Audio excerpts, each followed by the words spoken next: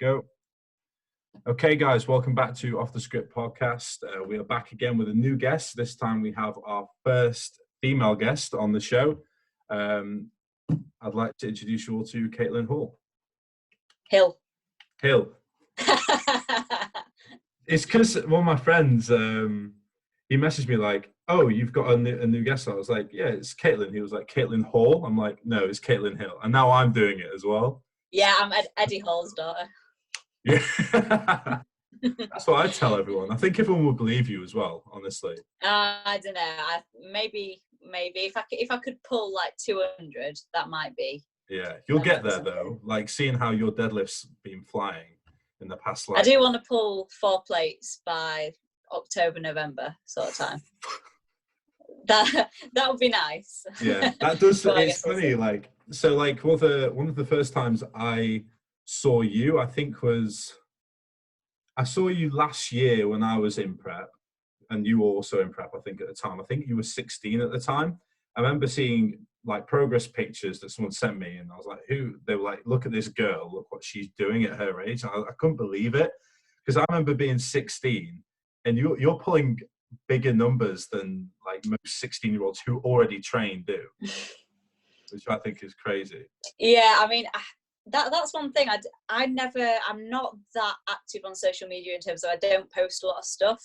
Yeah. So like it's weird. I feel like there's a lot of people that it's a great platform, but I don't really use it that much. And the fact that it sort of blew up without me doing anything, it was quite cool. Because people come up to me at shows and be like, "Oh, are you Caitlin?" I'd be like, "Yeah," but I don't know what is happening here. Like, oh, that's cool. It's weird. It's weird. Yeah, I bet. Yeah, I remember seeing you after that. I think the first time I saw you, the first time I saw you in person was actually, I think it was the PCA Midlands. Midlands did that one. Birmingham, because my friend Phil was competing in classic. Yes, yeah, classic bodybuilder. Yeah, so we were watching and we were like, "Oh, that's that Caitlin girl," and you were like up there with like girls who were a lot older than you. And honestly, you were giving most of them a run for their money. Thank you very much. Super cool, yeah. So do you want to get into a little conversation about who you are, what you do? Obviously, most of us know what you do, but just tell us a bit more about yourself. Yeah, for sure. So I'm 17 now. Technically I finished school now because Boris kicked us out. But yeah, I was going to do my A-levels. I've been studying chemistry, biology, geography, and I'm going on to study at uni now. But in all honesty, I've sort of, like, as much as school is supposed to be the priority, bodybuilding sort of took over my life. So at 15, I think I started my first prep at 15 and then competed first time at 16 and did an 8-week prep, which wasn't ideal. Yeah, that's why I hate the photos. Like, I'm not mad at the shape, but the condition was no. It just wasn't quite there. Yeah. Did you prep yourself for that show? No, so I there's I don't know if you've seen on like my stories and stuff, but I train at Ultraflex York quite a lot, and then there's another gym that I do like my deadlift session at. It's like a dungeon gym, and it's like proper old school bodybuilding. And the guy who used to run it, he just said, "You know what, you should do a show." And I was like, "Yeah, well, only if you can help me." So he was like, "Yeah," but it was sort of, I never sent him a photo. I literally sent him my weight each week. And I think we lost like 10 kilos in 8 weeks, which was crazy. That is nuts. But I shouldn't have probably stepped on stage, but I thought, you know what, let's do it. And somehow I won. And I guess for people that don't know, I do figure. So you don't have like, I would call myself a junior bodybuilder, but there isn't a junior category. So it's just straight into like open class. Yeah. So yeah, I did that, went on to British finals and came second there. And then it was time to just sort of grow. Took four months off season, and then straight into another prep with Jan this time. Yeah. And then we sort of just went into this prep, in a lot better of a position. Because I didn't have a clue what was happening in my first prep, but I think in a good way. I don't mind that, because, you know, if you go in knowing everything that you should know and utilising everything possible, you've got nothing left in your arsenal. So I'm glad that I sort of made the mistake, hopped in and did it, rather than, you know, never having done it. Because even though I didn't bring something that I was particularly happy with, I realised there and then, I love this. Like, this is what it is. It, yeah. Do you know what? That's like, I think it's crazy that you stepped on stage that young. Like most people do step on stage, obviously, in their teens. Yeah. But it makes me now think, I'm like, God, should I have stepped on stage when I was 16? Like, should I have just gone for it? Because I remember like the first time I dieted down, I just turned 16, I think. And I dieted for like 5-6 months, like hard dieted, like for the first term of A level. Yeah, so that first term I dieted, and I was like, and looking back now, I'm like, I got in all right shape. I probably should have just stepped on stage. You should have just done a teen. In all honesty, looking at especially like BMBF, I don't know which ones. Do both of them do teens, or? They both do teens. Yeah, UK BMBF, I think, do. Yeah, you definitely should have just hopped on, because, you know, the classes are normally quite small, and at the end of the day, if you can bring a good amount of condition and a bit of muscle in the teen categories, I think you'll do fine. There's the odd freak here and there, but for a teen, you know, I think as long as you've got a good amount of shape and a bit of condition, you'll be all right. So but you can't think about it like that, like, you know. Oh, so like for you, what was your big influence then? Because obviously not many guys or girls think, oh, I'm sure I'll go ahead with it and I'll get my feet wet and step on stage. Like what sort of put you on the path? Yeah, so like I say, I don't really use social media that much. So at the beginning, I didn't, you know how you follow people and you watch them doing their prep journeys and you watch everyone compete, posting stage pictures. For my first show, I didn't follow anyone that competed. It was just like, you know, me following my friends and stuff. And it was this person that owned the gym that told me to do it. And I was like, yeah, all right, then whatever. So it was more a case of proving to the people in the gym that I could sort of do it, and sort of fell in love with the process. And I remember watching Flex Lewis documentary when I was probably like 13 or 14. Sick. Like, I love that. That's cool. It was the one where he was like 19 or something. Yeah. And he was just in his bedroom posing. And I don't know, it just, seeing him do it and get this sort of recognition, it was cool. And I was like, oh, maybe I could do that. And then so I sort of fell in love with it just out of curiosity at first, and then as soon as I hit the stage, it was like, oh, okay, but I realized why people do it now. Yeah, absolutely. I think it's I've spoken to a few girls who compete about, like, you know, what they saw first and like what their first sort of the thing that made them click in their head and go, "Ooh, that looks interesting," and like spark their interest and stuff. Yeah. I don't think I've ever actually spoken to a girl who's been like, "Oh yeah, it was a Flex Lewis. It was like a or open bodybuilder." Like usually it is like a bikini competitor, or like, I don't know, like Angelica Texera or something. Yeah. No, I mean, don't get me wrong. When I look at, like, especially the bikini girls, I do think, wow, that is, you know, genuinely beautiful. And I think anyone can agree, like, they do look amazing. But it was more that I fell in love with the freak, like the grainy condition, proportions, just looking at someone and being able to go, like, what on earth, like that sort of thing. Yeah. Because like if you saw a bikini girl, you know, although you would probably do that for the sort of, you know, they're very aesthetically pleasing reasons, and of course you want that in bodybuilding, but it's a different sort of shock when you see that. And I don't know, something draws me to it, and that's what I sort of like. That's super cool. So there was never any, oh, I want to, like, you know, just have like a good beach body, and then it went from there, like a lot of people. Because I know for a fact, like when I started, I started training because I was like, I want to have a 6-pack for summer. That was like what most guys are like, I think. And then I remember going to Body Power, and I remember seeing Rolly Winkler on stage. Body Power, like, and that was like the last time they had like one of the big shows in the UK. Yeah. I remember seeing them on stage and going, "Oh my god!" Looking at. So that's sort of like there was a progression for me. So that for you, it was just like straight in the deep end. Yeah, kind of. I mean, when I was in the gym, I didn't have a clue what I was doing. It was weird because a lot of girls, when they go in the gym and they don't know, they'll just go on like the cardio equipment. But for some reason, I was like, right, let's stack the weights up. Sick. I mean, I don't really know.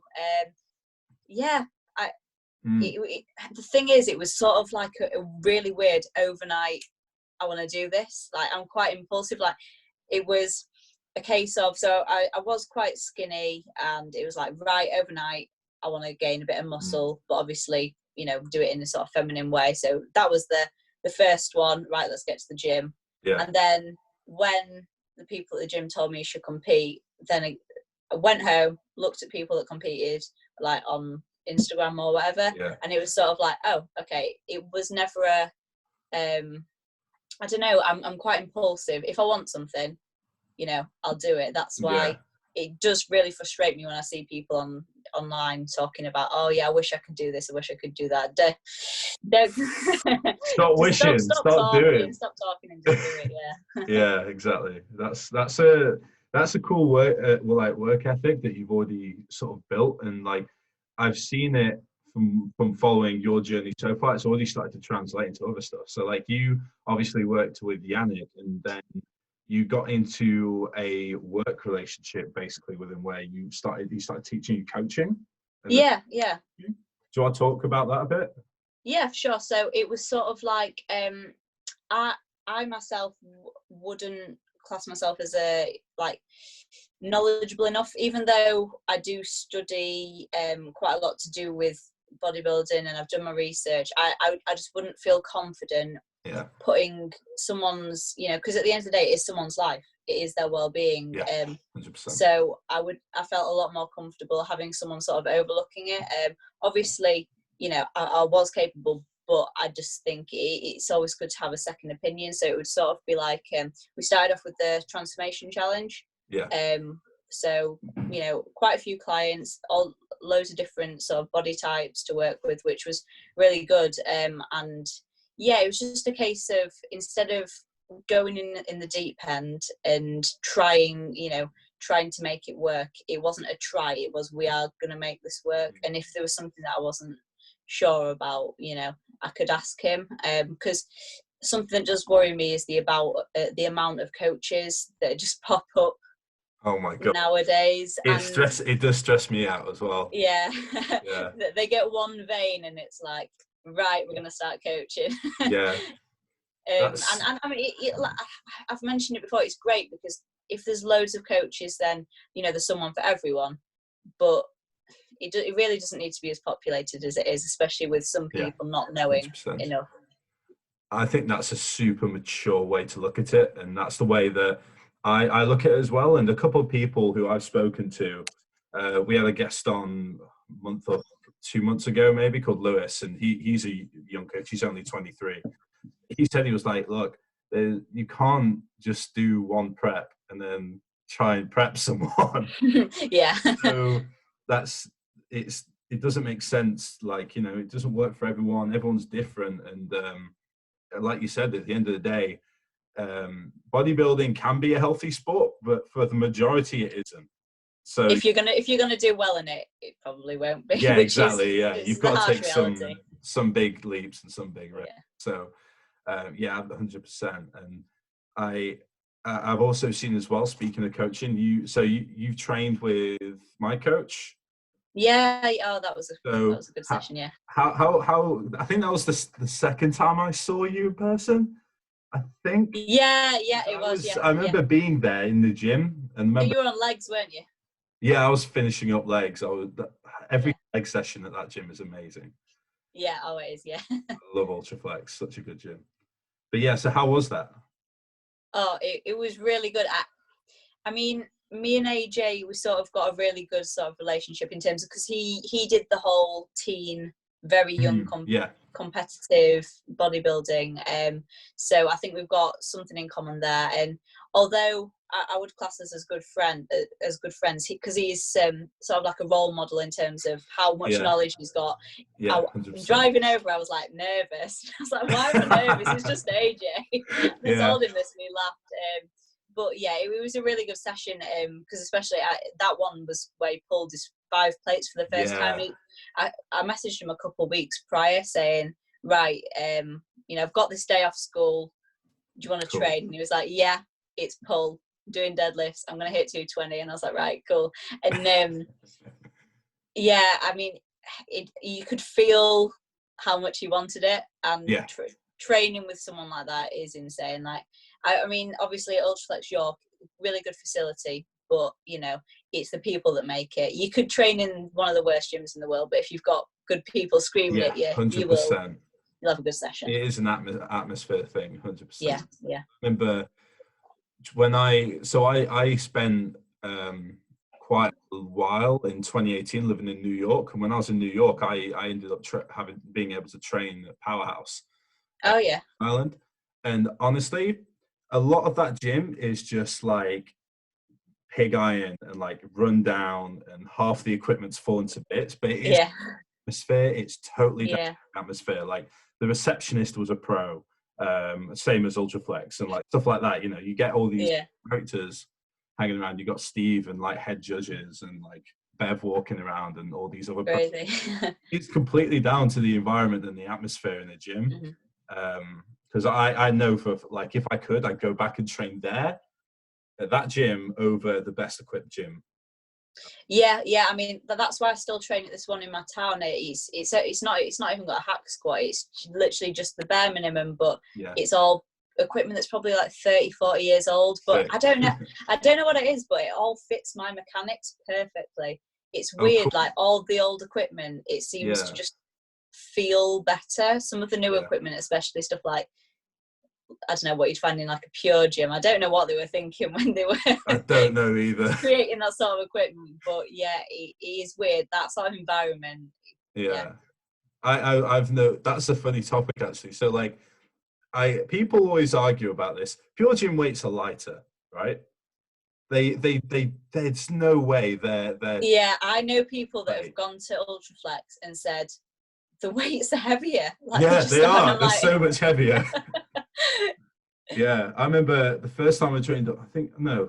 First or second time I trained at Ultraflex last year. I'd like just got 180 or like 4 plates for 6 on RDL or something. I was like, okay, cool. I'm gonna go and do 9 Ultraflex. Got barely do 4. Like it was. That's so the main thing that I was worried about, because when I deadlift, I always do it the same place. It's always the same bar, same plates. And when I went, because it was obviously going to be pull, and I was like, oh god, if I mess this set up, I'll be so embarrassed. But luckily, whipped out the deadlift bar. Now I don't know if you've used it there. Oh, it's beautiful. It's a cool. That gym's so well equipped with the bars. I like how they've got all the bars behind the counter, haven't they, as well? I think they take your keys if you want one. I remember like I had an embarrassing moment when I trained with AJ. I trained push with him at Christmas, and it got to like, bearing in mind AJ has like, he does higher volume than me anyway. Obviously, we both train low volume, high intensity. He will do an extra set on a lot of movements that I won't. And that session, I was like, do you know what? I'm feeling good. I'm gonna go in, just like try and keep up with him. I could not keep up with him. Maybe 5-6 exercises in, and I was trying to do dumbbell press, and I was like, I usually go up to 45 kg dumbbells or something and press those, and I was going in like fully expected to get like 7 or 8, and I got 3, I think, because I just burnt out and I couldn't do it. I just was weights anymore. So like it is a learning curve training at Ultraflex. You can tell why people are freaks who train at Ultraflex. The weights just are so much heavier. Yeah, definitely. So going on to what next? I guess let's talk about your contest history then. So last year, what shows did you compete in? How many did you win? Okay, so in terms of history, obviously in 2018 when I did that, I got a first and a second, which literally didn't expect at all. So I'm happy in a way because I think that contributed to the fact that I fell in love with it. You know, everyone loves winning. If you don't, then you know. Yeah, you're lying. Yeah. So, but in another way, because it was a small show and potentially, you know, the people who showed up on the day weren't as good as maybe another show, I then had the expectation on myself that I had to do as well. So anything less than a win was, you know, no one cares. You've gone in with some big standards. Yeah. So going into the 2019 season, I planned on doing 4 shows. That was going to be PCA Manchester. I was assuming that I'd get an invite to finals. Then I would do a NABA show and a UKUP British finals again, because I got second last year and I was like, right, I want first this year. So dieted, I think we did 18 weeks for my first show PCA Manchester, and I was like, right, okay, I felt good, didn't get placed at all, and I was heartbroken. I was like, oh my god, I'm not meant to be a bodybuilder, I'm not. But yeah, I just got off stage, had a little, God's sake, and you know, it is what it is. I wasn't ready, I wasn't lean enough, and that's fair enough. So literally the next day, got on the Stairmaster, registered for Midlands, dropped like another 2-3 pounds, and then came in second at Midlands, which was it was a harder lineup, I think, because there was like 20 people in the class. Yeah, there was low. That was a stacked show. Yeah, they had, well, Midlands always is, isn't it? So I was happy that I did that, and yeah, it was that first show. I don't know. It was really good, really bad. I was like, oh my god, I'm not a good bodybuilder. Like, what is this? But it just showed me, you know, how much that I actually wanted it. So and sort of, I don't know, you know, when people message you the day before a show going, you're gonna smash it, you know, I hate it so much. It got to me so much, and I was like, oh, I've just let all these people down. But it was the best feeling in the world the next week when I was like, right, okay, let's do this. So I did that, and then a qualifier for UKUP just to get to the finals again. I won that one, so luckily 2-time champ there for the Northerns. And then we hopped into NABA England, which is in Birmingham, Dudley, I think. And rocked up. I've never done a NABA show before. I don't know if you've ever seen a NABA show, but they are so old school. Yeah, like, it's like that is like one of the older feds. Like feds. Rocked it with but you have to put your music on a CD still.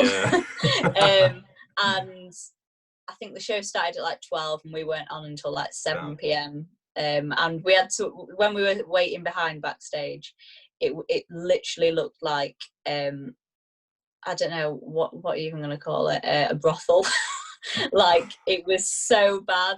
Like, And so I rocked up, didn't know how many people was going to be there. I think there was like another 20 girls in that class again. Wow. Came top 6. I was happy with that. I just thought I'd give it a go, dip toes in the water, so to speak. And yeah, I was happy with that because there was quite a few girls that were very tall, and when you are 5 foot going against girls that are like 6 foot, it is a very different look. So yeah, I mean, I was happy with that. It was, it was fine. Okay. It helped us to learn, going into it, what we should change in terms of peaking, and just more confidence on the stage. And then after that, it was PCA finals. I didn't get placed, which was fair enough. I know that I've just not got enough condition.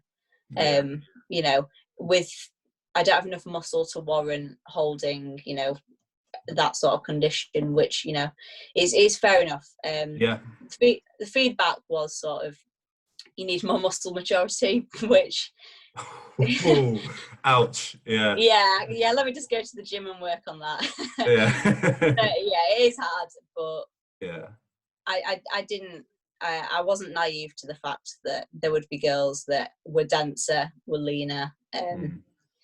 Yeah, and then we did NABA UK, third there. Again, that was another big class. That was only about 20 minutes from my house, so just hopped into that. That's easy, yeah. That's yeah, good. yeah. And then final show was UK UP finals and second again. Yeah, so that was sort of the wrap up. So it was a first, 2 seconds, a third, and a sixth. So it was all right, but there's too many silvers there for my liking. That's true. There is always, I mean, I think also as well, like depending on the Fed you compete in, like they're just gonna want a different look. Like I the BNBF compared to UKDFBA when I competed last year was just completely different what they were looking for. So like the guy, like someone who competed at BNBF might place 5th, and then a UKDFBA show they might end up top 3. Like you just don't know. Like with is it a case of one federation wanting like more muscle and one wanting more condition? Is that the big factor? That's a part of it. That's definitely a part of it. I'm not sure exactly on the judging criteria, but I know for me that AJ was obviously very knowledgeable in it and was like, hey, look, for this first show, we're just obviously it's a trial peak for you, first time on stage and such, but we're just going to try and bring you in and just bring you in as tight as possible. And that's what it was. It was just bringing me in as tight as possible, like, because I had some indigestion and like gastric issues going into like the shows. But yeah, for that first show, I just came in as like tight as possible. I think it paid off, to be honest, because I'm not like the same as you. I guess we're in the same boat in that at the time I was not the biggest guy on stage by any means. I was competing next to like Jack Richardson. Freak. Yeah, who's like Jack, I think on stage he weighed the same as I did, but he's like 3 or 4 inches shorter than me or something. Yeah. So that just sort of, and like probably leaner than me. So that just says it all. Like, so it was just, for me, it was just trying to bring me in as tight, as streamlined as possible. And that paid off for the first show. And then the second show, we pushed a bit more carbs. But at that point, like you said, you do just get to a point where you can't get any leaner. And if you're getting leaner, you're just losing muscle at that point. Yeah, absolutely. I had nothing left for my body to lose at that point. Like I will be able to, obviously, like I think Kuba said it to me. He was like, look, every single season, you'll just be able to get leaner and leaner and leaner, and it'll become easier and easier. And, you know, it is like a time thing. Yeah. Especially when you're as young as you are, because I imagine like when you next go be competing, are you taking the full year off? Or? Yeah, so I'm hoping to do a show early 2021. So okay. I'm probably going to be 18 still. Yeah. But if not, it'll be 19. So it's still not old. But if you compare it to the sort of training age, that'll have been like this will be my sort of 10th show. Yeah. So I don't know. Hopefully, I mean the difference in sort of my physique compared to 2018 to 2019, I was really happy with the changes that we made. You know, and yeah, although I was leaner, obviously there's a lot more to sort of push for sure. And you'll find that. When are you next planning on competing? It's funny. So like post show, I was like, AJ, I want to compete next year, and he's like, no, you're not competing. No way. So I was like going in with the goal of 2021, same as you. However, I might try and be tactical about it and wait another year, just because I've had some time to think about it. Bearing in mind, like at the moment, shows are just like non-existent right now. So obviously, a lot of the people who are going to compete this year probably will just end up competing next year anyway. Yeah. And I'll still be a junior in 2022. Yeah. So 2022, definitely. Honestly, we'll see. But we'll see. We'll see what happens. But fingers crossed, next year or year after. Yeah, I think one of the big things to think about when you're thinking about doing a show is because you're natural, it's not like you can do a 12, 16 week prep, hop in, hop out. It's like a full half of the year sort of thing, isn't it? Yeah, my prep was 6 months. 6 plus. Yeah, I think mine was 25 weeks by the end of it. When you say in the weeks, it's just like that. Yeah, I was at like 177 days, I think I worked it out to be. And that's going from dieting for how long? 8 weeks for your first? Yeah. So that's such a big leap. I know. But to be honest, I think when you do that sort of prep, it doesn't really get that bad until maybe 5-6 weeks out, just because you're losing at such a low body percentage, body fat percentage. It's not that bad. Like, especially if you get a good coach and you do it right, you shouldn't feel like rubbish that far out. Like I didn't even really feel like I was on prep until maybe 6 weeks out. That really hit me, and I was like, "Oh fuck!" A bit difficult now, and you do start to have to dig a bit.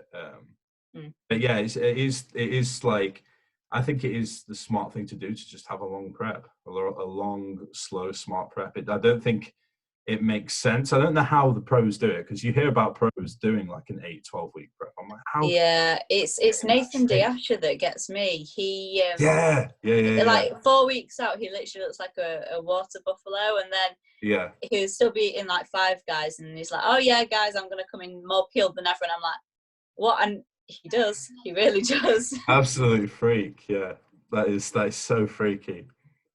I wonder, like obviously you have pros like Kuba and stuff, but at what point do genetics just become like it, and you can't? Yeah, no, that. Okay, like some of these guys. Well, yeah, I know what you mean. When, as much as people will talk about work ethic and stuff, at the end of the day, genetics will prevail. I know there's so many, it's almost heartbreaking when you see people with the best work ethics but not the best genetics, because it's frustrating. But at the end of the day, bodybuilding is because you can't change your muscle insertions. You really can't. You can't. Yeah, it's what it is. I think you get people as well who don't necessarily have the best genetics, but then they will just do everything in their power to just get as big as humanly possible and just play the size game, and that's where that came from, isn't it? Really, and then that'll pay off for a period of time. But when you look at the Olympia, the best of the best are the ones that got really far without having to do anything crazy in the first place. Like I'll always go back to it. Like, keep as much in your arsenal as you can. That's why I think probably one of my most favorite bodybuilders of all time, one of my biggest like inspirations as a pro, is Dexter Jackson. Even though he's like so much older than me, like I just think that like his ethic of, look, I just did the same thing and barely changed anything for like 20 plus years. That's why I'm still on stage, and that's why I'm still placing like top threes and like all the big shows. Like that's something that more people our age should probably aspire to, is like playing that long game. And I think you can see it more and more now with like people having these long off seasons, like we absolutely. Well. What is your goal for this off season? Obviously, besides just getting like as yoked as possible.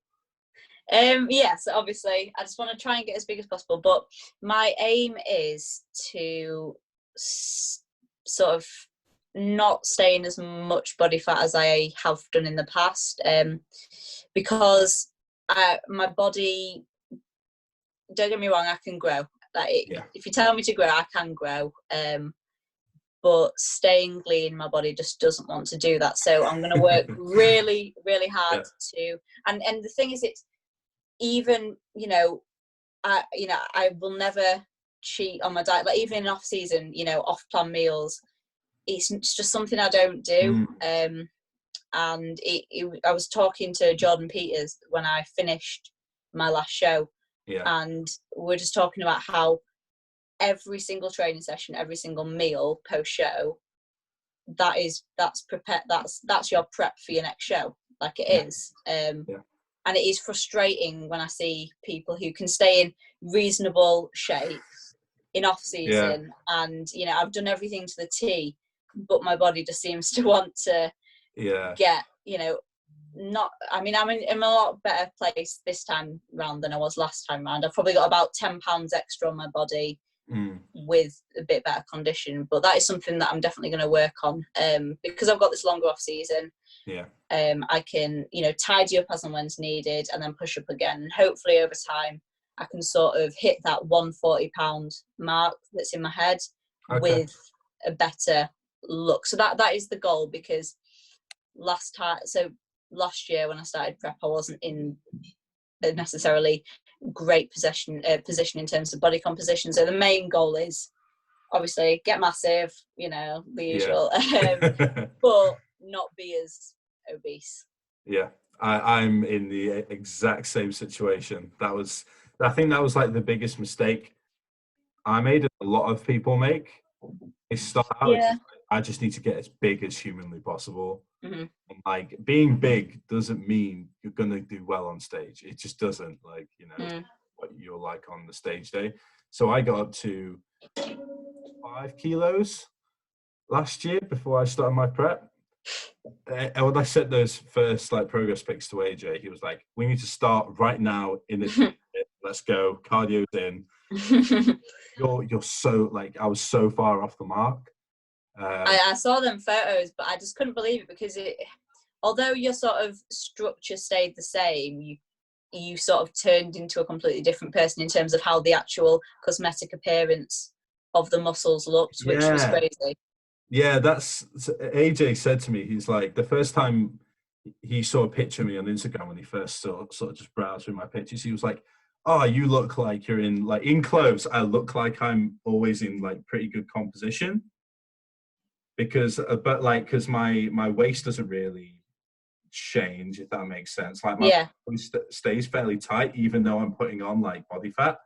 So I just carry I have like a fat back and stuff like that. Like my composition just like everywhere gains fat pretty evenly, which is like a good thing.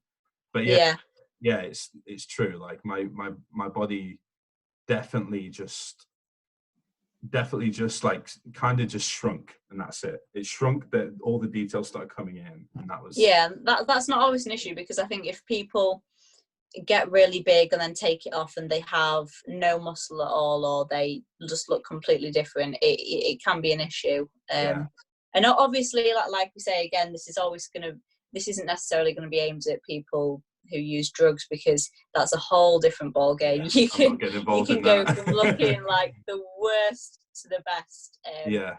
But when it comes to naturally, it's like you just need to take it long and slow, like we sort of did this year.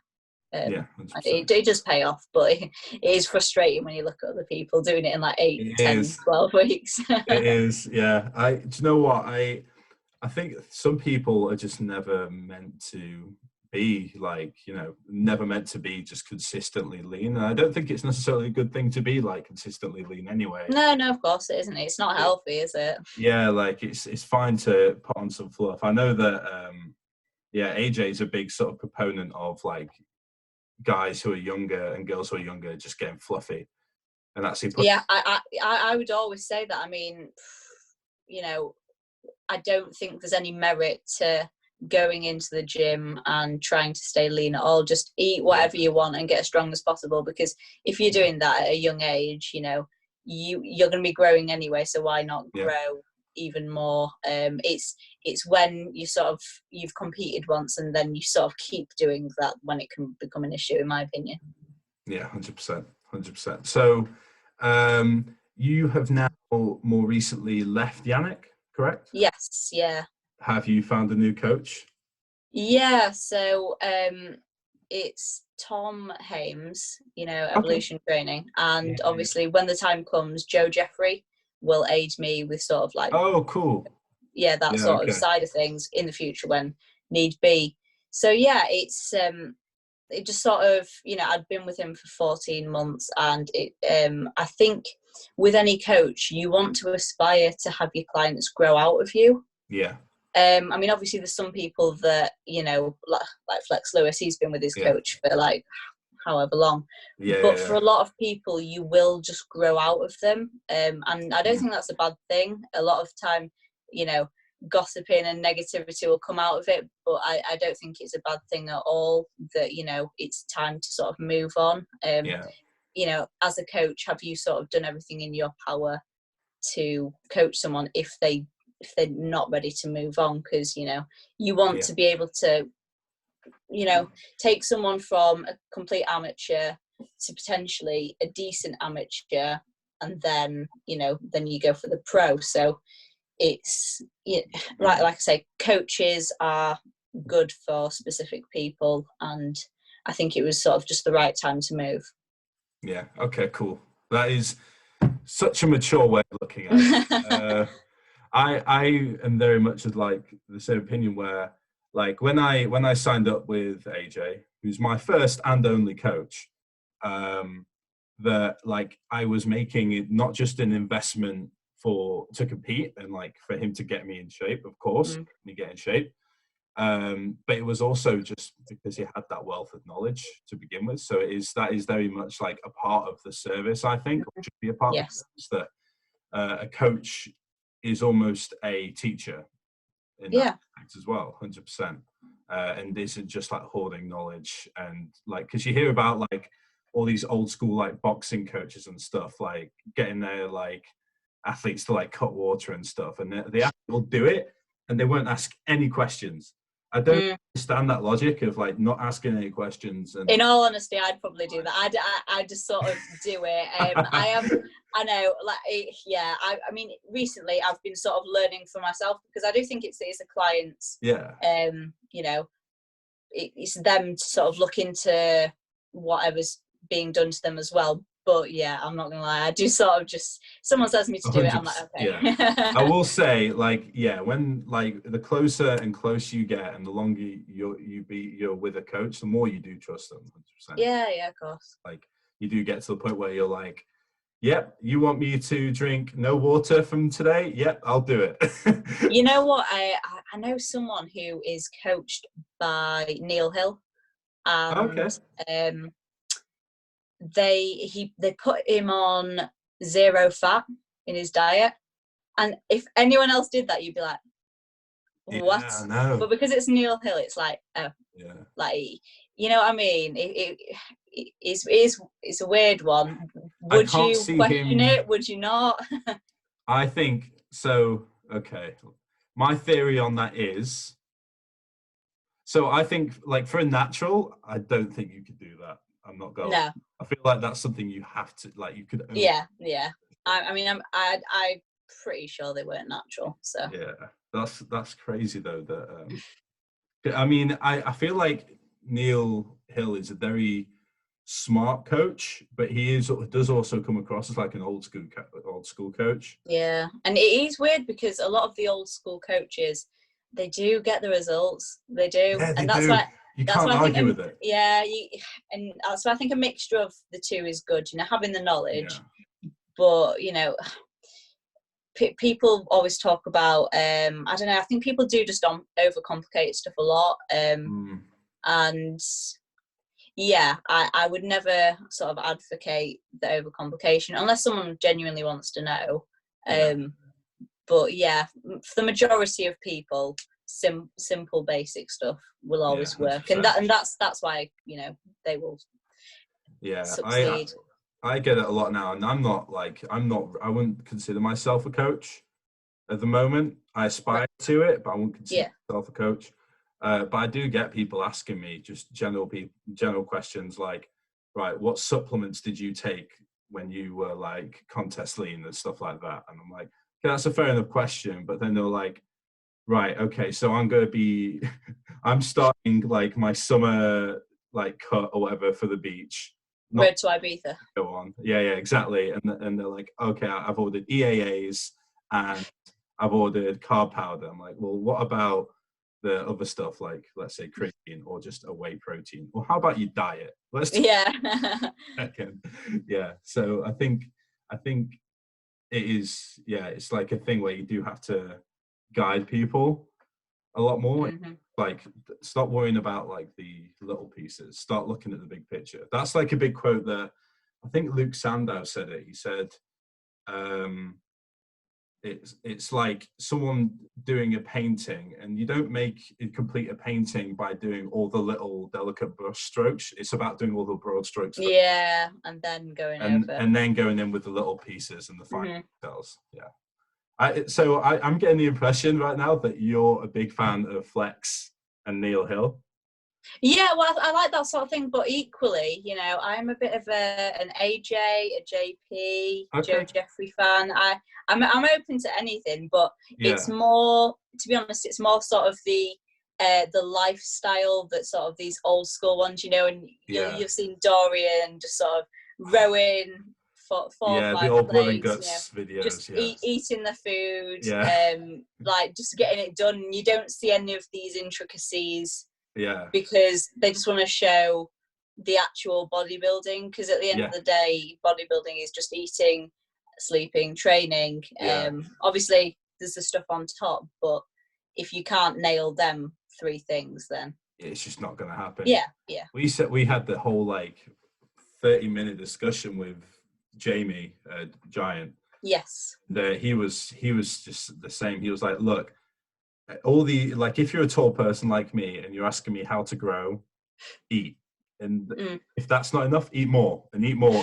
And like, besides the fact that obviously you've got to split up into like an acceptable amount of meals, like, you just need to get the cows in. Like if you're up till 2 a.m, you just got to stay up till 2 a.m. and eat them. Like that's all there is to it.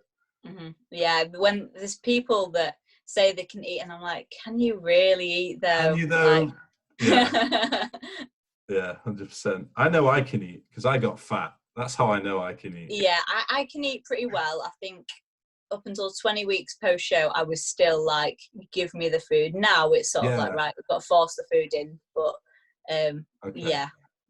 I was the same up until I think Christmas. I had such a long rebound. I don't know about you, but from September all the way to December, I was still rebounding hard. So I was still going in and eating quite a lot of food and like having like an off-plan donut on the leg day and stuff like that, all that good stuff.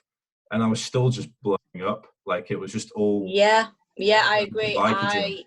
In terms of my post show this time round, I wouldn't have changed a thing.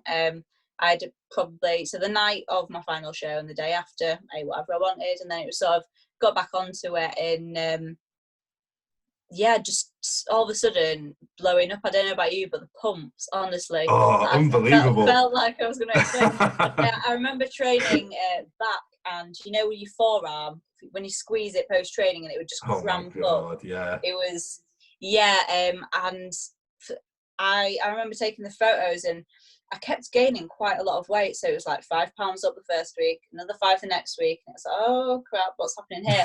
But like, it was sort of like my delts just filled out, quads filled out, waist stayed the same, and I was like, I don't know what's happening, but I'm going to take it. Yeah, just take it. Just go with it. Run for it as long as possible. I found that, like, I think for maybe the first 2 months, I would get in the shower after training, like pull or push or whatever, and either my tricep or my brachialis would just cramp up. Yeah. Shower, honestly, I just end up dropping the soap and stuff like that. I couldn't, like, I ended up having to go to one of my friends who has, have you seen like the Theragons? Yes, yeah. I had to borrow those like for a while just because I couldn't function day to day just because my foot was cramping. But yeah, it's I think that like that post show period is great, especially if you can nail that rebound. Just because you're so motivated after competing still. Oh, yeah. And all you want to do is grow as well. So the training sessions, there's nothing like it. There's nothing like it. You know, when you just feel like you can literally lift the world. Oh, it's brilliant. Yeah. And it's looking at your logbook. Yeah. Honestly, like in the first few weeks, it just, you know, I think I was adding like 10 kilos to most lifts each week, and I was like, oh, this is rather nice, isn't it? Yeah, it's great. And now it's like, I'm going to add 1.25 and like get an extra rep. Yeah. So for you, what was, because I feel like everyone talks about you deadlifting. What deadlift at the post-show period, like at the start of your post-show? Yeah, so first session back, I actually trained with, you know, Kamara Graham, the fitness pro, Rotherham. So that was my first actual session back, and we did RDLs, but it wasn't like we didn't pull it off the rack, we pulled it off the floor. So I'm going to count that as the deadlift. That counts, sure. And that, I think I did like 110 kilos for like 6 or 5 or 6 reps. And now it's like 150 for 6. So it's, so it flew up pretty quick. And I've had that in since November, and it hasn't stalled. So I was going to keep going. Obviously, someone ate a bat, and now here we are. Right, before this started, then, like before we had to go into lockdown, the gym's closed, did you do what everyone else seemed to do, including me, and go and hit like just a 1 rep PR? I didn't, because the week before, so obviously they shut the gyms on the Friday, the Sunday before I had my last session, and then I was feeling beat up, so I ran a deload. No. I ran a deload. So the day that they announced the gyms were shutting, I was like, oh my God, I need to get to the gym. So I ran to a gym, trained legs, and it was probably the best session of my life. Yeah. It was amazing, but stupid mistake. And my friend Rod, he's like on prep at the moment. Yeah. And he's meant to be prepping for the Amateur Olympia in Vegas. Right, okay. He was meant to be starting his actual prep basically on the weekend that the lockdown came in. Oh no. He had his deload, same as you, like had that deload, and then they said on that Friday, gyms are closing, and then his coach just rang him up and was like, go and train legs now. Yeah, honestly, it was like, oh my God. I'm pretty sure I ran downstairs and I said to my parents, they've done it. They've done it. And I was like, I was in the gym. I was 2 exercises in, moving on to deadlifts with my friend, and we saw it, and we just both sat there like, oh mother. Did you hit a PR? I did, yeah. What was it? Go on. I did 210. Was that for a 1, or was it for? That was just for a single. The last time I maxed out was when I was 18. Yeah. And I did, I think like 175 or something, but it was like my eyes were like rolling back into my head. Was it like a pretty comfortable sort of pull? It was. I honestly could have done more reps with it. Yeah. Actually, really surprisingly easy. But since my like deadlifts, my RDL's been flying. Yeah, I've been watching that. Yeah. Yeah, my deadlift has just been poverty for some reason. Because I don't know whether it's just because of like me having like levers that make it awkward for me, but I struggle to like my hips down to the floor. I think it helps that I'm 5 foot, because I only have to lift it up like. That's true. A little bit. Yeah, for me, I have to do like the full. It is like a process to get ready for a deadlift set. I have to do like the Eddie Hall roll forward. Yeah. And then roll backwards so I can like really sit into like a squat. Yeah. But yeah, no, like up until now, like my deads have been poverty, and there were going to be poverty when we get back to the gym. No, actually, I was thinking about this. So just as I started prep last year, I managed to get my RDLs up to like 132 kilos or something like that for like 5 reps. Yeah. And then obviously in prep, for some reason, I can't remember why, I obviously hadn't done that much research, but I took pretty much all lower back loading out. And didn't do any proper lower back loading for a good 5 months. Yeah. And then my first session back in my actual gym on my own, I conventionally pulled 120 for 6. So that was only 12.5 kilos down. Wow. And I hadn't pulled for 5 months. Yeah. So I think it will, whatever your lift was prior, I think you're going to be able to do maybe 10 kilos less straight away, and then it'll start flying up again. I don't think it's going to be I think I could see that actually. Yeah. I think that the biggest thing, like when we get back in the gym for everyone, is just going to be managing recovery, because everyone's central nervous systems are going to be so fried after doing. Everyone's going to experience this feeling post show. Yeah. Yeah, They will. It's gonna be like that. It's gonna be great. Everyone's gonna be getting beginner gains. I can't. Oh, it'd be brilliant. Yeah, I'm already. We're 3 weeks into it, and I'm sick of holding at maintenance. I'm sick of just sticking at the same weight and not really changing at the moment. Yeah, we're still pushing sort of for more, but probably only 1 or 2 more pounds, and then we'd maybe do a mini cut, just because we don't really see much. You can't sit in your fat for too long at the end of the day. You can't do it. It's true. It's difficult. I'm at a point now where I have now started to order a bunch of kit, and stuff is just arriving in like intervals. Yeah. So this week I had a pull-up bar that arrived, and then I've got like a weight belt so I can obviously add load. Right. Nice. Yeah. So stuff's arriving over time, and I've ordered a barbell and like 300 pounds in actual weight, which should arrive hopefully in the next couple of weeks. But at the moment, because I actually live in what is technically a student accommodation, because I'm struggling to actually find space to put stuff. I can't just buy. Yeah, I was gonna say, I feel so bad for people that are living in London, especially where they don't have gardens, and it just makes me feel so blessed that I'm like in the north, because luckily I just knew this was going to come, so I ordered a good amount of kit prior. But I think that was the main thing. Smart. It all happened so quickly. It did. I read somewhere that like Olympic weight plates have gone up like 500%. It's insane. It's stupid. The price increase is absolutely nuts. Same, like, have you seen like the resistance bands that obviously people were like pushing online? They're everyone's selling them now, and they were a tenner. Yeah, they were a tenner, and now they're a lot more. And if they're still a tenner and you buy them for a tenner, they're not arriving for 3 months. No. They're just not going to come because they're like from China, and obviously no shipping is which makes sense, doesn't it, that it's coming from China? Maybe it's maybe it was just a big plan. That was their they were just like, we're just going to sell all these bands. Yeah. You know what? All the gym companies are going to be like, oh, yes. It's funny how like it's impacted people. Like how some industries have like gone through the roof. Yeah. Toilet paper, bands, all that stuff.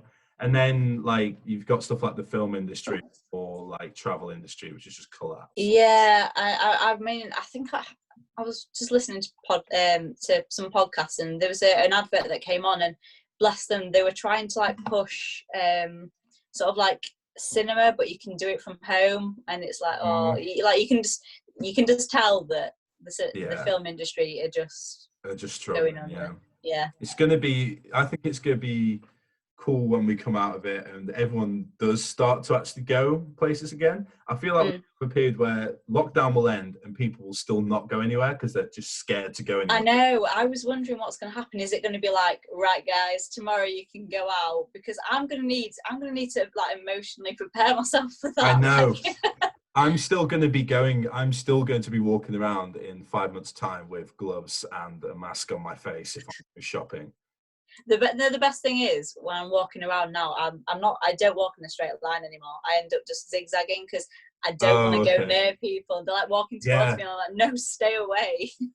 I feel really bad as well for homeless people. That's a bit, because obviously Birmingham got a lot of homeless people, and they're all still obviously there.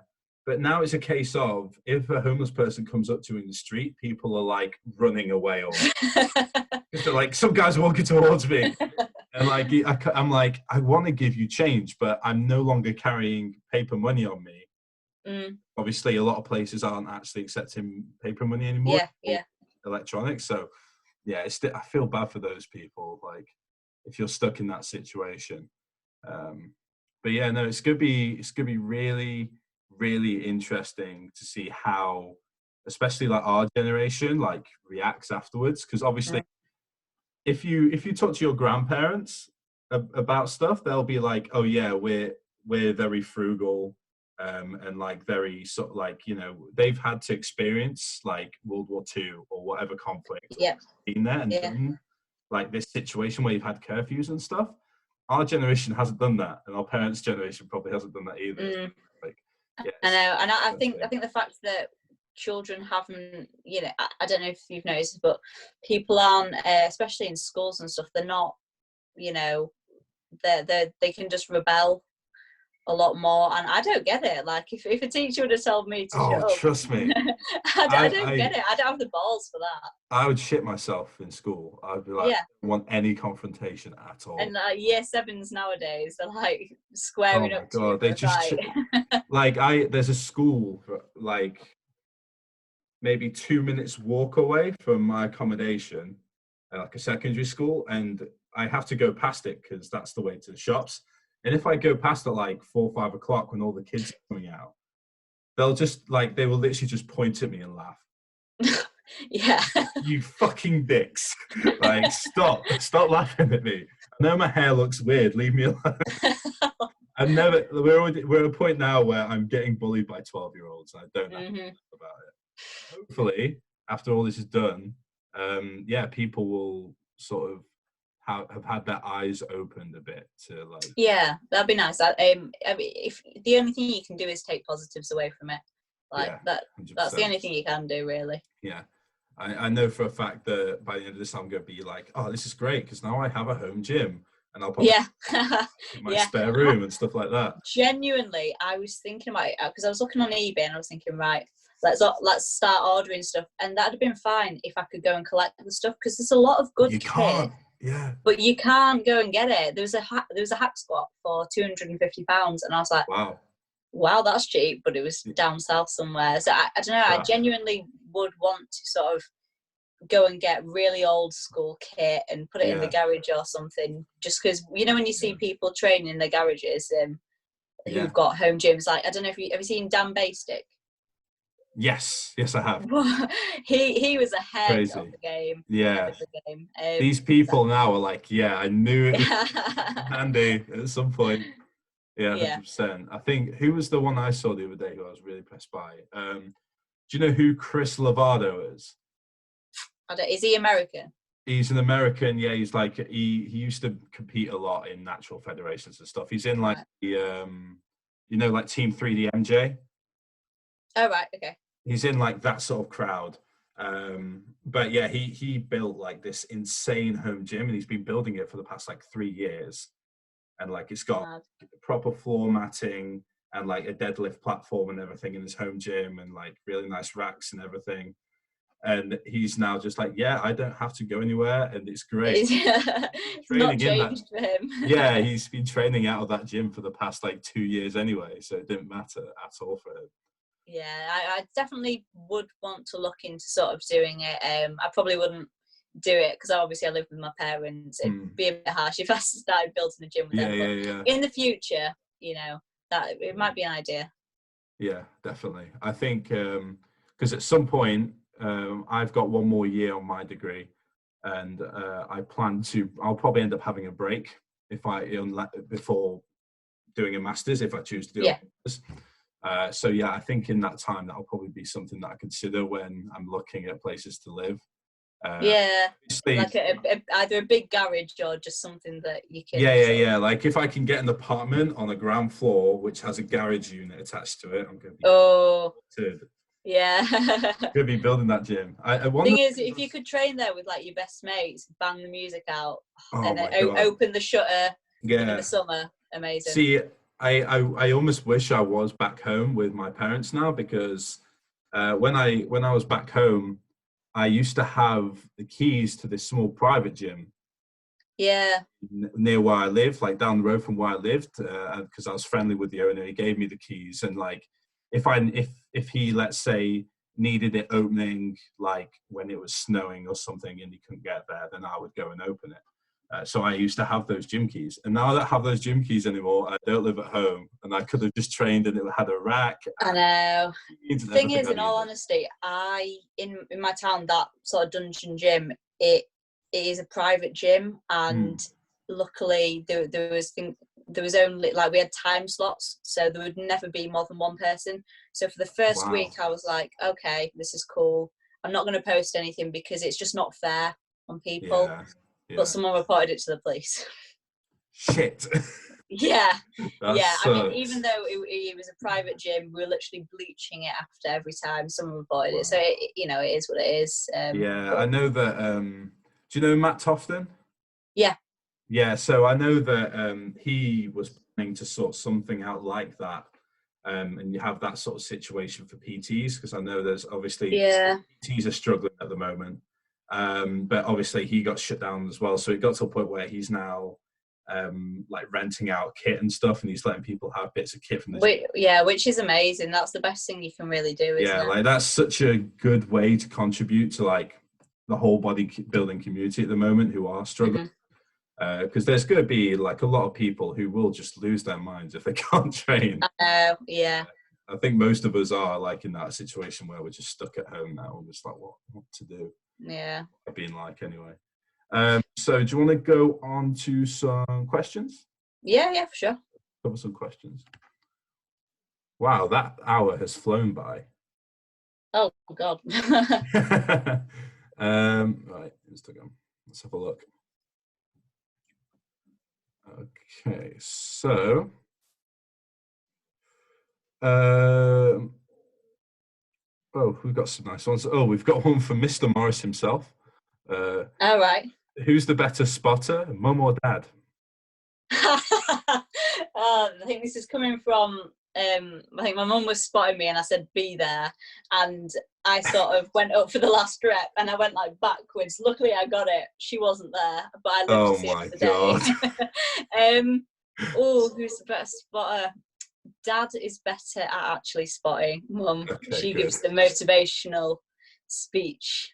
So a combination of the both. Okay, cool. God, there's a lot of parent like ones. Okay, so and someone else has asked, what do her parents think about the sport she's chosen? Oh right, okay. Who asked that? I'm kind of curious. Who actually? So this is someone who I know. He's called Dan, and he's like an undergraduate for strength and conditioning. So he's like a strength and conditioning coach, basically. Yeah. So I think when I first got into it, my parents were like, they were happy because I used to be very skinny, didn't eat a lot, and they were just happy that I was sort of eating more and gaining weight in a good way. So I think they were happy. And obviously at that time I wasn't like, Mum, Dad, I want to be a bodybuilder. And then obviously one day I came home and I was like, right, I'm going to be a bodybuilder. And went, yeah, okay. But you know what? They've always been really good. Like I know a lot of people struggle at my age because they don't have the money to buy food. Yeah. That is a big one. I haven't eaten a meal with my family for a good year, and that's not because I can't. It's just I know that I can spend time with them outside of that. There's other things. There's more to life than just eating. Yeah, obviously.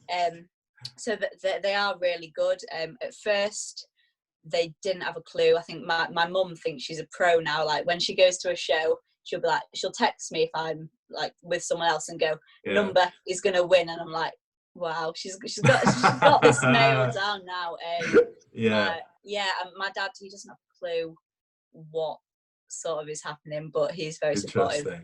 I couldn't ask for anything better, to be honest with you. Yeah, that's the same with me actually. So my mum is like obviously my biggest fan.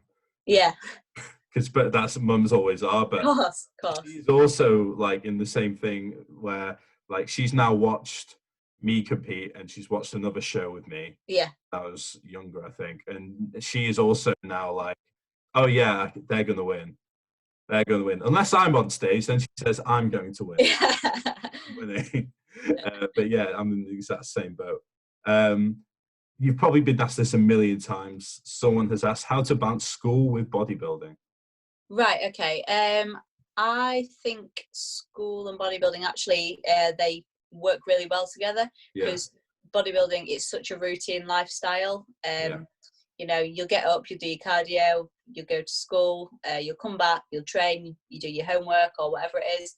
I think it's really helped. During my GCSEs, it helped me a lot. Just being on prep, sort of. Yeah. Everything was, you couldn't slip up. So yeah, I don't know. Don't think of it as one or the other, although that's sort of did it A level. But yeah, it doesn't have to be one or the other. I mean, training is only 1 to 2 hours of the day. Yeah. That's all it is. And when you're young, you can afford to rest quite a lot as well.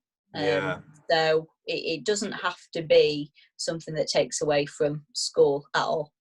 100%.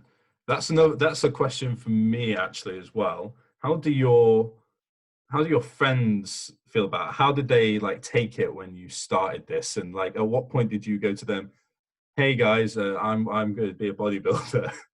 Yeah. So in terms of at school, a lot of people said, do people not take the mick out of you? And I think the only thing people have ever said is like, do you have nothing better to do than go to the gym? And it's sort of like, well, no. And I'm not too bothered by that. But people are a lot more curious. They just so curious. They'll ask me. Then obviously I'll get all the girls saying, how do I get toned? And it's like, they don't use that word. Yeah. But no, they honestly, they're all great. And it is a hard one because of my age, everyone obviously goes out, drinks, then they'll have a kebab, and then they'll go to bed. And obviously I can't sort of do that. And in the past I have gone out but just been on the water, so I always end up being the mum. But I don't really mind that. They are very supportive, and they say to me, I'll let them know as soon as I'm on prep. It's sort of like, oh, okay, they'll try and include it with me in as much stuff as possible, and we'll go to the cinema, we'll do anything other than that. And as soon as it's off season, it's sort of like, right, let's go. But they get it. They know what they need to know. I think that's super important, having that support base, not just at home and having your parents, but also having all your friends as well. I know that like when last summer when I was prepping, I still had like friends who would invite me to like daytime raves and stuff. And they drink and like smoke or whatever they wanted to do. And I'd still just be drinking water, maybe like have a scoop of pre, and I'll just be vibing. Like, you know what, honestly, some pre's like berserk. If I take that, I am like, whoa, let's go. I remember if you double scoop that. I had this. I remember having. Have you ever had Dark Side? Alpha Neon. Yeah. First time I had Dark Side, and like, I remember having that, and I just could not sit still. I was up until like 2 a.m. staring at my wall. I just couldn't sleep. I couldn't think. All I could think about, like, obviously when I'm training, was just lifting the weight. When I've used them, I've had the best sessions. Like, it's insane. But then afterwards, you know, when you normally might take your ashwagandha or you support max neuro, something like that, and you'll chill out and you'll eat food. I was like, I felt like I was hypo. Yeah. I can't eat for so long afterwards. The state, and it's still like my heart rate's still high as well. So take home from this is, if you want to go on a rave but you don't want to like drink, just double scoop some pre. Bang some pre back. That easy, people. Probably a lot cheaper as well. Will be a lot cheaper. Someone else has asked, how did Caitlin manage to get a sponsorship? Okay. So luckily I'm sponsored by Subshack, and it was actually quite a long process, and I didn't realize it at the time. So when I competed in 2018, Dan, the guy who owns Subshack, he was competing too. And at the time, I don't think he'd even created Subshack yet. And then obviously come around to 2019, he knew me from then, and he saw me sort of progress. And then they're the sponsors of that show. Wow. Now, so I saw him there, and I was like, oh, you're right, you know. And then a couple months later, just because I'd ordered with them a bit, you know, I'd shown interest in them. Luckily, they sort of seen something in me and just messaged me like, let's do this. And I'm like, okay. And couldn't ask for a better team. Like, we've got a group chat, and the people in there crazy. And we've got Keefe on the team. We've got Ryan, you know, classic physique competitor. And who else have we got? Ollie Carlton. Name rings a bell. Condition. Condition. So many crazy people on the team, and I still can't believe it, because I think I'm not worthy of a sponsorship, but it's just like, oh, Shush. okay, that's cool. You've done a lot. You've won a lot of shows. Come on. But yeah, it was a lot of really long process. If you're going to get a sponsorship, you need to actually have that sort of relationship with the person who owns it and understand what they're wanting to do. Okay, so was it also, so obviously you knew the person, you built the relationship, was it also being kind of in the right place at the right time as well? I guess so. I think everything's like that, you know. It's not what you know, it's who you know. 100%. If things don't happen one time, they'll happen again. I mean, I know people who have been offered sponsorships before but haven't taken them, and then later along the line they've been offered better ones. It's just things happening at the right time. And obviously, if I didn't make that if I didn't keep working, then potentially it wouldn't have been, the same story. But just if you have a crazy physique, you work crazy, you've got a decent online following, because I know it shouldn't be the biggest factor, but if people, they need to get the products out there. So that's just stay loyal to a company, and if you progress, they will eventually notice you. It's a matter of fact. 100%. Another one, we've kind of covered it to an extent, but goals for 2020. We're goals for 2020. limited, aren't we? Yeah, I mean, this year was going to be like the year of growth, and it probably still will be, hopefully, but like we've said, the only thing that I really want to do is try and keep gaining muscle but limit fat growth. That's all I can really do at the moment. There's no goals in terms of stepping on stage, but at the end of the day, everything is it's all to do with stepping on stage. So 100%. This one is from Mr. Robbie Tuckerman, who's someone who I've trained with before. He trains in Birmingham at my gym. He's another uni student. She mentioned going down the assisted route on another podcast, I think the Carbs Cast. Yes. What is your current opinion on being assisted, and like what are your potential plans in the future? Yeah, okay. So it's something that I think at first when I got into it, I was very naive to the extent to which women especially sort of used. I'd compare myself to people thinking, why on earth don't I look like that? Because it's just something that people don't really say. I've never had anything against it, because when I think about it, I've got friends going out in the middle of a field, waking up after doing whatever drugs, and I'm like, it's not that different at the end of the day. It's going to be my decision, and like I said on a Q&A I think I did yesterday, I'm not naive to it. My goals are extreme, so I physically won't go as far as I want to if this doesn't happen, and that is the reality of it. I have nothing against it. I just wish people would be a lot more open. That's all I ask. I 100% agree with that. I think that we're getting there. We're definitely getting there. Like a lot more.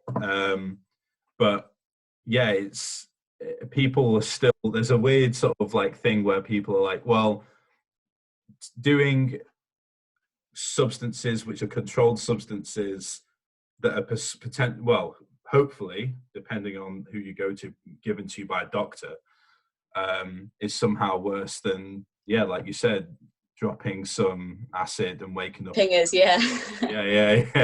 and just waking up in a field at 3 a.m. like exactly. I mean, it's not a direct comparison, but in my eyes, I want to do something, and I don't want to die having not left my print on the earth or something. Like when Arnold dies, he isn't gonna be forgotten. He's not gonna have any anytime regrets soon, is he? So I mean, he's on your blooming wall. So I've got right. Let's just cover these, because people always mention this to me, right? So I've got 3 posters there, and they're all Arnold posters, and it's because my family, after like this past year, where they were like, oh, Jermaine is actually a bodybuilder now. They don't know any other bodybuilder except, so they just buy me Arnold posters because they don't know. So if anyone wants to, you know, send me some posters and we can have some, like, you know. You'll have no wall left by the end of it. That'll be I kind of like the idea of having like a whole back wall, which is just bodybuilding memorabilia. I've got some signed posters at home that I keep meaning to bring up. I've got a Dorian Yates poster. I've got a Ryan Terry poster. I've got what other ones have I got? I've got a bunch of signed stuff that I want to put on the wall, so I could just create like a collage on the back wall. Put that in your gym when you make it. That's yeah. That's a great idea. Yeah, have a wall. Or I'm just gonna get the Luke Sando brick wall green screen behind me. That's what. Yeah, all that. Yeah, all that. Okay, cool. What other ones have we got here? Let's have a look.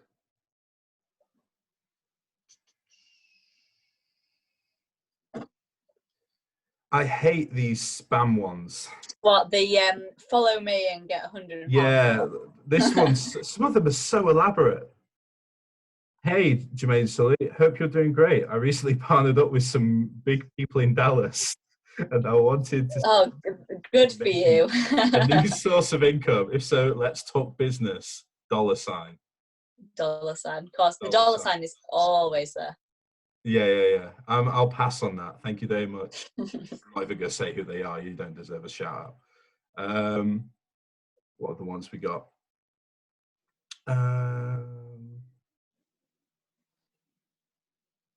We've covered a lot of these so far.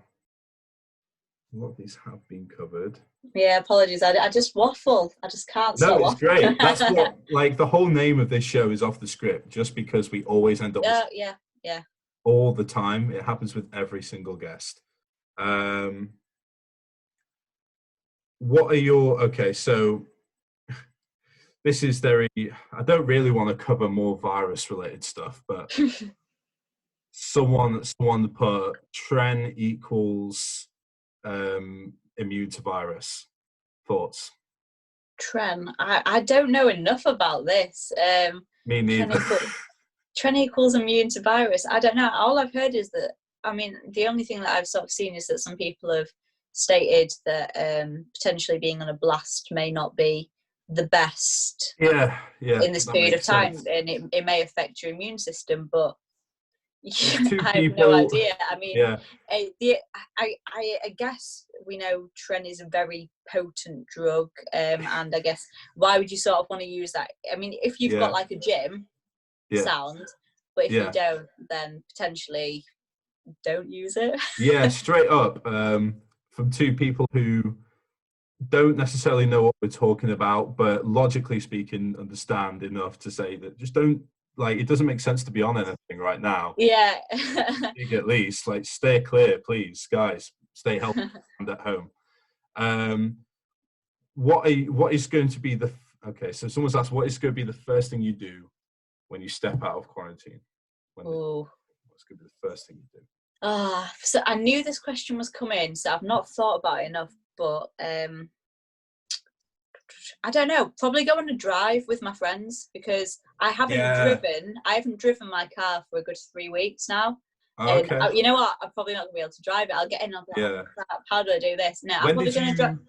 When did you learn to drive? How long have you been able to drive? Since September. Oh, okay. Yeah, because as soon as I turned 17, I was like, right, because I'm 17 and I was 17 end of June, and I was like, right, I've just got to learn straight away, because our life has been so much better. Yeah. Like, honestly, but yeah, I'll probably go pick my friends up, because I haven't been able to see them, and go on a drive, because realistically, if we find out on an evening at like 5 p.m. or whatever, the gyms aren't going to be able to open that day anyway. Yeah. So I'm not going to be able to go to the gym. So I'll just go pick them up and just go on a drive or something. Yeah. I think I'll be... I don't know. I think I'll probably do something similar, to be honest. Yeah, because I mean, Nothing really with my family, because I'll have been with them for like so long. But what are you? Would you go up and see your family? That's true, actually. Yeah. Oh, I should have. Why is that not the first? Oh no, Mum, don't watch this, please. I'll probably be going home. Honestly, I'll probably just go home. There'll probably be a bunch of my friends at home anyway. Still, because they've all gone home from uni. So I think I'll just go home and spend time with people. Can you imagine how bad the roads are going to be? It's going to be traffic so bad everywhere. Luckily, I don't, because I live in the middle of Birmingham. I don't have a car here, because it's okay to have a car here. Oh, so you could just hop on a train or something. So I would just have to get a train home. Right, nice. More convenient at the moment, all things considered. So I'll just get a train home and then just chill with people. I'm hoping, because I live just outside of Sheffield. I come from a place called Hathersage, which is like in the countryside. Right. I'm hoping that because it's sort of out in the sticks, it won't be too bad. I feel like there's going to be so many people from the city, like in the middle of the city, who'll come to the countryside afterwards. Yeah, maybe, yeah. Fresh air. I think we're going to see a rise in the amount of people moving up north, to be honest with you. Well, I've spoken to a few people who live down south, and they're like, I just want to move up north now, in case anything like this happens again. Yeah, that's true, actually. Yeah, my sister goes to Bristol, and she was in that sort of boat where she's like, I'm going home. I don't want I'm going back up to Sheffield. I want to be in Yorkshire again. So, have we got any other questions? Have you got any questions? Oh, flip it on its head. What are your like goals within bodybuilding? Do you want to? Are you? I feel like there's two goals. There's either WMBF pro, or do you want to do like the other route? What's? So, ever since I started, I have always said if I wanted to go pro, which I do, it would be IFBB. Cool. I'd have to go the IFBB route. Mm-hmm. I don't, obviously no one knows really until you're there, whether you have the genetics for it. Yeah. But in my head, like having seen what AJ's done with his physique, that doesn't matter to me.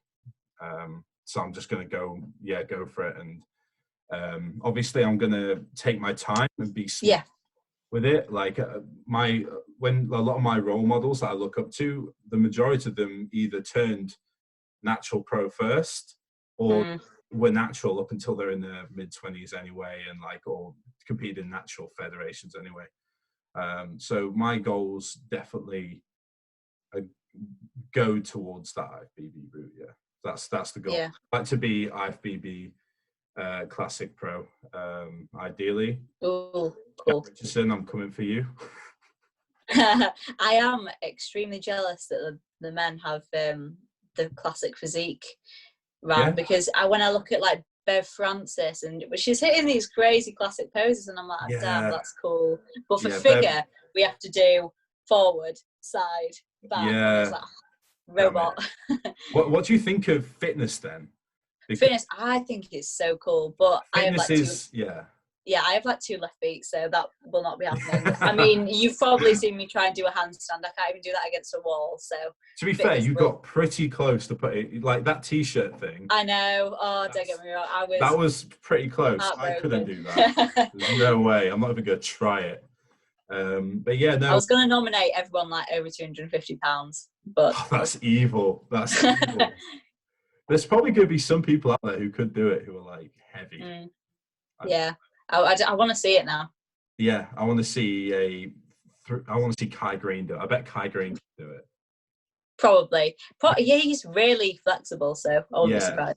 His bodybuilding routines some of them are like fitness routines. Yeah, no, they are. They fully are. Doing his handstands and all sorts. Yeah. One of the things I've already decided is for my next season, I've already started trying to learn to do the splits. I want to do on stage for one, and I also want to moonwalk on stage at some point. Jack started the trend here, hasn't he? That's it. Well, I was because when we spoke to him, because he was the last guest we had on, has sort of made a name for himself as the poser now, because he's got like now, which like everyone knows him for.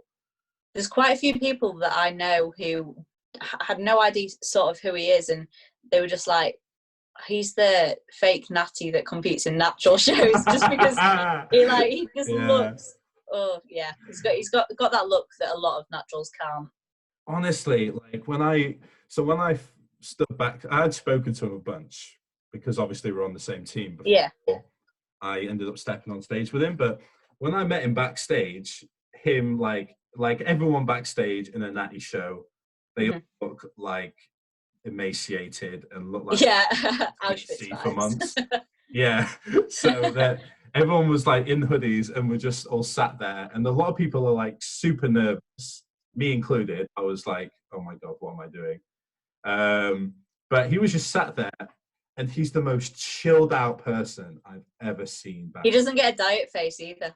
It's insane. He just still has like the dwarf face. He looks like Gimli. Yeah, like me, I don't get a diet face at all, and my cheeks will be here until the day I die. Yeah. I didn't think I was gonna have a diet face, honestly, but then suddenly my face just sucked in. I was like, oh my god. Yeah, I mean, looking back, it was a lot different, but that's just because I get extra moon head in off season. Someone actually messaged me and said, "Have you started taking gear? Because I noticed that your face is like greatly filled out," and I was like, no.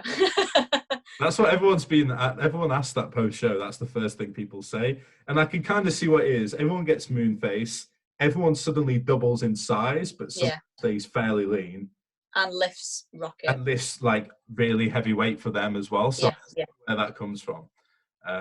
Just gotta take it as a compliment. That's all I do. I mean, like people all the time will just say, so what do you want? And I'm like, well, nothing, but creatine.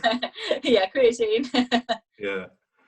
I think it's I'm of the same opinion. Like when people ask me stuff like that or say stuff to me like that, firstly I'm like, have you seen some of the other people who train at my gym? That's one of my first where have you got a pair of eyes? Exactly. But also it is just like I do just take it as a flattery thing. You got to. You just got to treat it like that. And like I know for a fact, if I had have seen what I looked like on stage or post show when I was 16 years old in the gym, I'd have been like, holy fuck, they're on every drug. And because at that point I'd never really seen someone contest lean anyway. Yeah, of course. Yeah, it is all relative. I think it's definitely all relative and down to like your experience with it.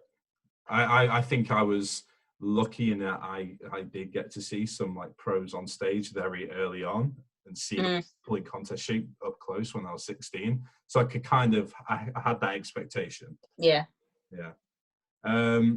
So what is your goal for 2021, since we've already covered 2020? Yeah, so 2020, obviously, we've covered that a bit. So 2021, in my head, and saying it out loud genuinely scares me, I would like to try and become the youngest British IFBB pro.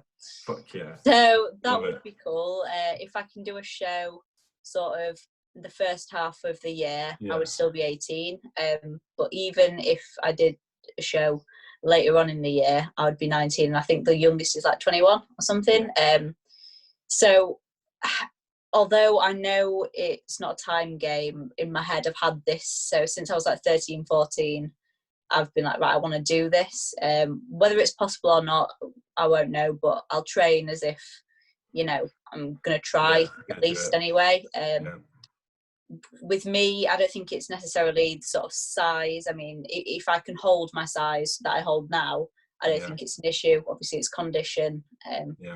But that is the goal. And then, that is genuinely it. That's cool. That's all I want to do. Such a cool goal. So I guess we'll see this time. Would you want to try and be the youngest ever IFBB pro? What is the youngest IFBB? The youngest ever is 17.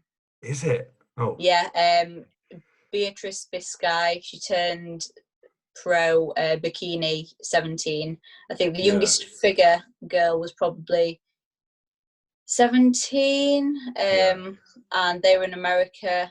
I didn't realise it was that young. I know that I think it was Jeff's side or seed or however you pronounce it. Is it 18 or something? Yeah, he was 18 when he became a physique pro. But yes, God, that's so yeah. young. I know. So young. Yeah, Beatrice. She was at the Olympia stage at 18. It just makes you want to cry, doesn't it? Yeah. Honestly, I'm like, oh God, I might just give up now. Yeah. I'm at a point now where, realistically, for me to turn pro, I'm going to be in my late 20s before I turn pro.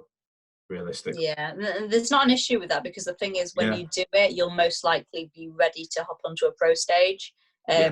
Straight with away. myself, I don't know, which is something that we're going to look at, because I don't want to be another one of the people that turns pro and then has to take 3 years off to sort of be even within a chance. So it's a hard one. Obviously, all depends how the look comes. Obviously, when I get down.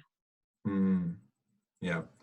You hear about a lot of people who, I think, well, Kuba included, he turned pro and then had a huge off season, so and to come for that pro debut. So are you wanting to just go straight in the deep end, like win and go straight for a pro debut, or I don't know. I think there's going to be I do believe in the whole sort of, I don't know what the word is. You get your pro card, so you win, and it's like a winning streak. You know what I mean? I do sort of believe in that. But you only get your pro debut once. It's you will be able to know just by looking at you compared to other pros whether you would be good enough or not. So I guess it depends. Also, it depends sort of how my body responds to sort of PED usage, because I could either grow really well or not. You just don't know, honestly. Like that is one of the scariest things I think about bodybuilding when it comes to that side of it, is that you could be the best natty in the world and then you touch drugs and nothing happens. Yeah, I was speaking to Joe Jeffrey about this. It's bio into individuality, and I'm hoping that I'll be a good responder. I mean, that would be very nice. Will be. But you never know. You never know. Yeah, so it's a scary thing. Definitely. Yeah. Well, like I've always been like, I wish we could know. I wish we were doing anything, because it would be nice to know whether it would be nice to just be able to step on stage and then have a year off and then just have a Ronnie Coleman and go from 15th to like first place or whatever. Like that'd be ace, wouldn't it? Yeah. So you're trying to turn pro before 20. Before 20 would be good. So I've got until next time this year I'll be 18. Then the year after I'll be 19. So I've got until 2023. Yeah. Okay. Yeah. That's a good amount of time. It's a good amount of time, because even if we do manage to actually come down, get in the correct condition, but I just don't, I'm just not good enough, then that is what it is. Yeah. So who in the pro circuit do you look at and just think that is what I want to be? Like what? Yeah. So I do look at people like Sid Gillen and Latoria Watts and Candice Lewis Carter. They're all brilliant. But this is a big thing. I'm not black. That's the thing, isn't it? And I know that shouldn't be a part of it. But looking at these people, sometimes I will never look like them, because that's not how my genetic makeup is like. So therefore, I will then look to people who are Caucasian. I can sort of, and people like Karen Gibson. I don't know if you know who she is, but she turned pro at the British finals for 2 bros this year. She came and she cleared up. She did her first show. So actually, she did a PCA show, won her class, won overall. Then she did a qualifier for 2 bros. She won her class, the overall. And then she did finals, class, overall. And it's people like that, you just know that they aren't going to have to take a massive off season. They're ready. That's like their time. That's incredible. So she's someone that I definitely look up to in that regard, because I'm not aspiring to something that is physically impossible. Yeah, that is it's very feasible, and I think that is a really important thing for everyone who's listening. That you find someone that you can look up to, who isn't just Ronnie Coleman. Because let's be real, no one's going to be like that. Like you have to find a role. I think you should find a role model who's actually feasibly like you, not necessarily in like structure, but like, you know, in terms of like work ethic and like stuff to aspire to. Like I'm still going to aspire always to, you know, AJ's work ethic, for example. Yeah, of course. Yeah. Work ethic is something you can always aspire to, but it's just, you know, the actual cosmetic appearance of someone, it potentially isn't possible. Yeah. So like structurally, I'm nothing like AJ. Yeah. And he's like, you know, there's a height difference and like all of the insertions are different. Same as me. If I was like wanting to look like Jack Thorburn, for example, I'm never going to have his quads. So you just got to accept that. So like for me, who do I look up to in the classic circuit? I'm quite a big fan of, Joe's going to hate me for saying this when he watches this back, but I'm a big fan of Arash Rakbar. I don't know if you know who he is. No, I know quite a few people in the classic, but I've not heard that name. I probably will know him by sight. Yeah. He's Persian and Arabic. Okay. He's Middle Eastern descent, which is like that's partly where my family's from. Cool. And structurally, he has a lot of the same cues as me as well, and he's the same as me and stuff like that. But also he's in his early 30s. Like he's been training for so long, doing low volume training for so long. And he's very, you know, intelligent on that subject. So I think it's always important that you find, someone as a competitor that you can relate to. Yes. So that's definitely a big thing. How much longer do you want to go for? We go for an hour and a half. And the sun is going down. Yeah, sun is going down. I'm, you know, I'm happy to leave it here if you are as well. Yeah, cool. All right, we could do that.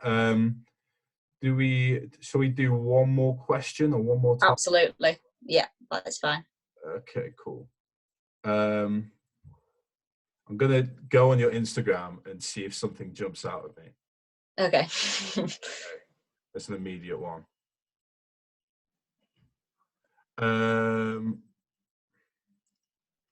Oh, okay. So would you ever consider doing any other sport except bodybuilding? Interesting. I have thought about powerlifting because I was looking at the sub-junior record for deadlift is 130 kilos. Oh. So I was like, okay, interesting. I think in the weight category at 53 kilos, I pulled like 140 or something. Obviously, I'm a bit heavier now, pulling 150, but yeah, I'd love to do it. Squat, but the thing is with my squat and bench, I never do them. I'm doing squat now, so I guess that'd be interesting. And I was potentially going to just hop in to a powerlifting meet and just see what numbers I could pull. But obviously, there's going to be no shows now, and then I'll be 18, which is just junior, and then I don't want to. It was something that if I would have done it, I'd have just hopped into it without even sort of trying to train towards that. You just jump in and see what happens. But if it was junior, then I'd probably have to properly train towards that, and that would probably limit my growth in terms of bodybuilding. But other than that, there's nothing that I've thought, you know what, that's a bit of me. Yeah. I'm very much like, I'm the same in that now, realistically, the only thing I could really do, probably powerlifting. But for me to be competitive, I'd have to have the numbers I have now and probably be 20 kg lighter than I am. Yeah, see, when I was about 50 kilos for my weight, that was quite good. I mean, even for like 60 kilos now, they're probably all right. But I mean, Corona sort of messed that plan up. Goddamn Corona. Okay, I think we'll wrap it up there. Plug yourself with everything that you want to plug yourself with. Yeah, for sure. So if you just type Caitlin Hill on Instagram, it'll come up. Unfortunately, someone has the same name as me, so that's why I have to put the 8 in it. Okay. Yeah, well, what I'll have to do now is I'm going to have to turn pro just so I can put my real name, and then you put Caitlin Hill, and then you put IFBB Pro after it. Yeah. So I can, but yeah, if you type that in, then I will come up. And other than that, I do have a podcast myself that I do with Tom Hames. That is called The Good, the Bad, and the Natty. And other than that, I do coaching, like I've sort of mentioned, not bodybuilding in particular, sort of lifestyle. And you know, I've spoken about keeping tools in your arsenal. I'm very simple with what I do. You know, what I want to do is create a base for people who probably haven't trained before, so that when their time comes to move on to another coach, they can progress. But yeah. All right, awesome. Thank you very much for coming on. No, you're more than welcome. Thanks for having me. It's been a lot of fun. I imagine we'll probably have you on again in the future when this is all over and one of us is prepping for something, and then we can have that whole prep conversation. Yeah, for sure. A little bit, so that'll be fun. Absolutely. Thank you for watching, guys. I hope you've enjoyed this installment of Off the Script podcast, and we'll see you again next time. Thank you.